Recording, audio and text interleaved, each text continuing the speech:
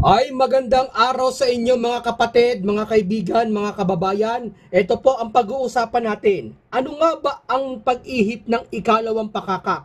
Ano ang natupad sa ating panahon ngayon? Maraming nalilito na iba't ibang relihiyon. Ano nga ba ang katunayan o ano ang patotoo sa sinasabi ng Apokalipsis sa Revelation sa pag-ihip ng ikalawang pakakak? Ngayon mga kaibigan, tulad ng dati, babasahin natin ang pangyayaring naganap bago natin basahin yung mismong talata ng Biblia. Ngayon, eksaktong naganap sa sinasabi ng Biblia tungkol sa magaganap at magaganap pa sa mga huling araw at sa mga panahon na sumiklab ang pangalawang digmaan. Sabi niya natin, yung unang digmaan ay natupad yung hula ng July 27, 1914 na doon mismo talata ng Biblia, sabi ng Panginoong Jesucristo na nagtanong ang mga alagad niya kung kailan ang iyong pagparito at makakarinig kayo mga alingaw ng digmaan at hindi pa yan magkakaroon ng bansa laban sa bansa. Ibig sabihin, may pangalawang digmaan na magaganap. Ngayon, naganap ang unang digmaan July 27, 1914. Ngayon, ang pag-uusapan natin ngayon, ikalawang digmaang pandaigdig na natupad at kung paano ito natupad at mga matutupad pa sa kasalukuyan na hinaharap at sinasabi ng banal na kasulatan. Ngayon, eksaktong naganap nga ang sinasabi ng Biblia tungkol sa ikalawang digmaan na ito. Nang sumiklab ang ikalawang digmaang pandaigdig noong 1939, ang United States ay hindi sumangkot sa digmaan yung mga panahong iyon. Nagpahayag ito ng neutrality. Naniniwala sila na makakabuti sa kanilang bansa na manatiling nakahiwalay sa digmaan, lalo't na't bumabangon pa ang ekonomiya nila mula sa Great Depression.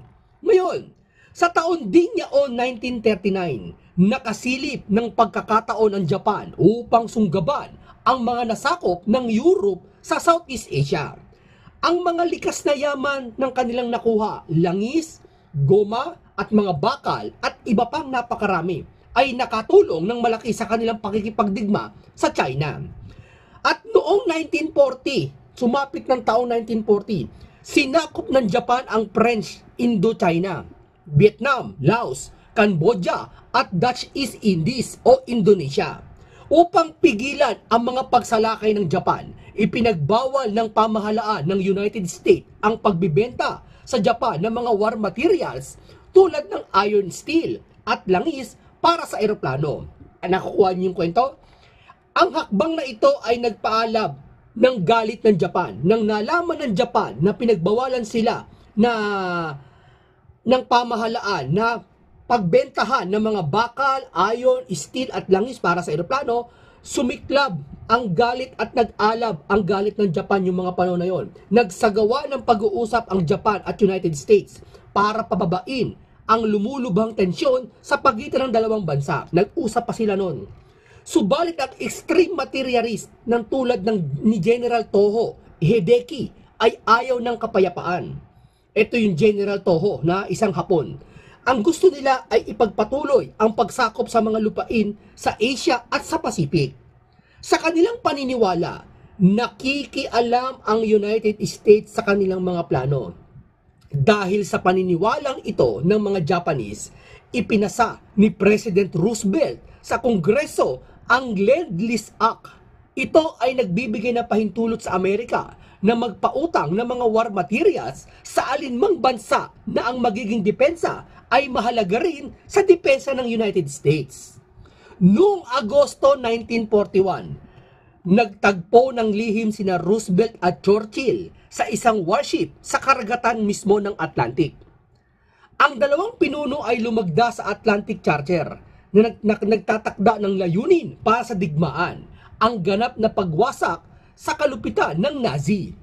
Nagkasundo sila na suportahan ang karapatan ng lahat ng tao na piliin ang uri ng pamahalaan na ibig nilang masakop sa kanila, ibig nilang makasakop sa kanila. Dahil dito, kahit nasa pag-uusap pa ang United States at Japan yung mga panahon na yon, nagalit pa rin si General Toho na isang Japanese na general at iniutos na bombahin ang American fleet doon sa Pearl Harbor noong December 7, 1941. Mabalasik na umatake ang mga eroplano ng Japan. Winasak ang mga makabagong eroplano ng 19 na barko. Sinira nila ang mga lumang eroplano ng Amerika na nasa paliparan sa pamamagitan ng malalakas na bomba. Mahigit na 2,400 ang mga tao na nawala. Nang sumunod na araw, sinabi ni Pangulong Roosevelt sa buong bansa sa noong panahon ng December 7 ay makikintal, sabi niya, makikintal sa puso't isipan ng bawat mamamayan ng Amerika. Hindi papayag ang Amerika na gano'n na lang ang ginawa ng Japan sa kanila dahil ang Amerika talaga kahit noong paman ay masasabi na makapangyarihan sa buong mundo, lalo na pagdating sa digmaan. Matapos nito, bombahin ng Japan at tila hinahamon ng Amerika. Hiniling ni Roosevelt sa Kongreso ng United States na magdeklara ng gera laban sa Japan. Ito na, pagkaraan ng 3 araw lang, ang Germany at Italy, kaalyado ng Japan sa Axis powers, ay nagdeklara rin ng gera laban sa United States. Dito nagalit ang Amerika at tuluyan nang nagkaroon ng malawakan digmaan noon. Hindi maitatanggi na talaga kahit noong paman ang Amerika ay hindi uurong sa anumang laban. Lalo pa kaya ngayon, ang Amerika hindi talaga nagbibiro pagdating sa digmaan, di ba? Pag sinabi ng Amerika gagawin niya, gagawin talaga, no? Kung noon ay malakas na sila, para sa akin ngayon mas malakas lalo sila ngayon. Ito ituloy natin. Dito sinabi, iniutos ni General Toho na isang Japanese general na bombahin ang Pearl Harbor.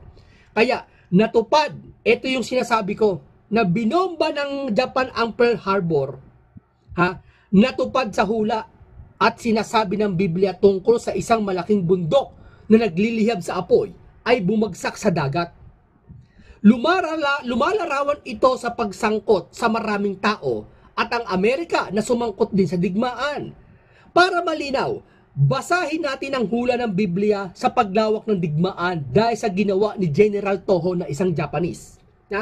Ganito ang sabi sa Apokalipsis 8:8 hanggang 9. At umihip ang ikalawang anghel at ang tulad ng isang malaking bundok na naglilihab sa apoy ay nabulusok sa dagat at ikatlong bahagi ng dagat ay naging dugo.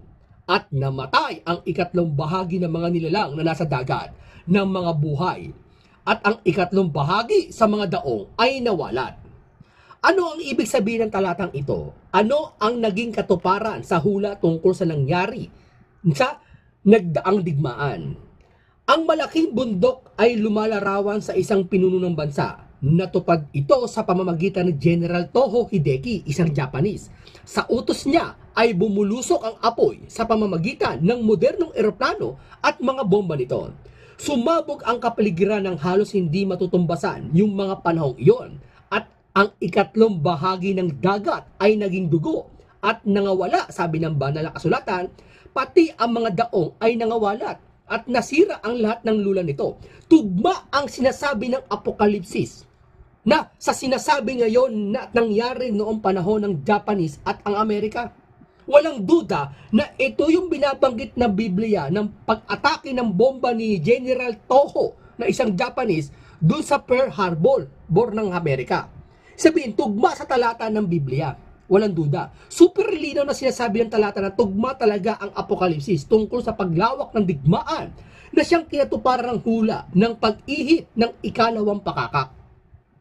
Ngayon, nangyari na po ang ikalawang digmaang pandaigdig na tupad na. So, ang nahulaan din ang unang paglabas ng digmaan, ikalawang digmaan na nangyari na rin. Ngayon, walang duda ang sinasabi ng banal na kasulatan patuloy pang nangyayari sa ating panahon na sa bandang huli at sa bandang kawakasan o sa mga wakas niya ng lupa, ang mga tao ay magiging mapaibigin sa salapi, mapanganib, mga mapusok, mga papalalo, mga malabanin sa mga masuwayin sa magulang, mga pag-ibig ay hindi nalalago, kumbaga ang mga pag-ibig ay mawawala, no? Darating ang kaguluhan, taghirap, lindol, ito na yung nangyayari. Kung nangyari ito natupad sa hula, natutupad din ang sinasabi. Natutupad din ang sinasabi ng Biblia, na tulad na lang sa Iglesia ni Cristo nga, na ang sinasabi na noong July 27, 1914 na ito ang hinuhulaan ng banal na kasulatan na sila ang natupad doon sa eksaktong digmaan na nairehistro ang Iglesia ni Cristo. No? Yan po, hanggang dito lang po tayo. Maraming salamat po sa inyong lahat.